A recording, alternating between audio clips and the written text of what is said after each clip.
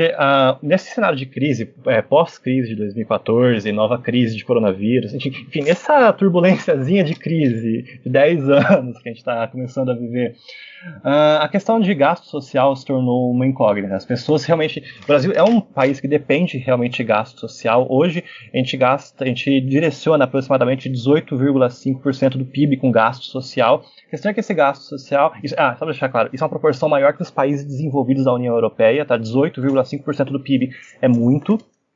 A questão é que uma parte considerável desse gasto social, ele é capturado por pessoas da elite econômica do Brasil, pessoas que ganham acima de 5 mil reais por mês, 15 mil reais por mês. E quem são essas pessoas? Via de regra, funcionários públicos da esfera municipal, estadual e federal. Que eles têm, enfim, N benefícios, que a gente pode discricionalizar, que a gente pode... Tem um artigo muito interessante sobre isso, do Naércio Menezes, do Naércio e do Tenuri, que foi publicado no INSPER a respeito sobre essa disfuncionalidade, todos os gastos públicos.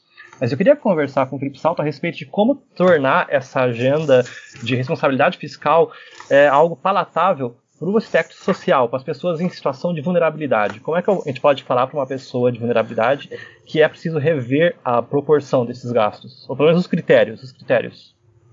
O problema é o seguinte, quando a gente tem uma análise dos gastos sociais como se eles fossem uma coisa só. Mas, na verdade, dentro dos gastos sociais, tem coisas que vão efetivamente para aqueles que mais precisam e tem outros que não vão. No capítulo 6 do livro Contas Públicas no Brasil, que é um livro que eu publiquei agora há 2 meses junto com Josué Pellegrini, é uma coletânea, né? Nesse capítulo 6, que trata dos gastos sociais, os 2 autores, que são o Guilherme Secato e o Pedro Jucá Maciel, eles mostram um gráfico muito interessante que responde a sua pergunta, que é o índice de Gini. O que é o índice de Gini?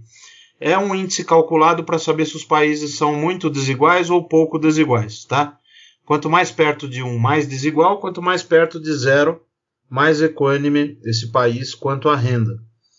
E o interessante desse gráfico é que ele mostra o seguinte, olha, se a gente pegar a desigualdade sem considerar as transferências sociais que o governo faz, e depois, considerando as transferências sociais, obviamente há uma redução do Gini, quer dizer, há uma melhora da desigualdade para todos os países analisados. Só que o Brasil, depois da intervenção do Estado, das transferências sociais, é o país que mantém o maior índice de Gini, mesmo depois da atuação do Estado. Então isso significa que a gente gasta muito com as políticas, mas gasta mal. Então uma frase interessante é que o Brasil gasta muito e gasta mal. Como resolve esse problema? A gente precisa revisar os gastos que são mal feitos para que sobre mais dinheiro para incrementar os gastos bem feitos. Por exemplo, Bolsa Família custa só 34 bi por ano. É um programa que custa relativamente pouco, o orçamento primário é de 1,5 trilhão, né? Ele custa 34 bi e gera efetivamente uma redução de desigualdade. Agora, o abono salarial, por exemplo, é um benefício que vai para quem ganha até R$2 mil no mercado formal, ou seja, ele está empregado e ganha esse benefício. Então, essas coisas hoje são tratadas da mesma forma. Uma coisa importante que seria de fazer é adotar a chamada revisão periódica de gastos, as spending reviews, né? Como diz o termo em inglês.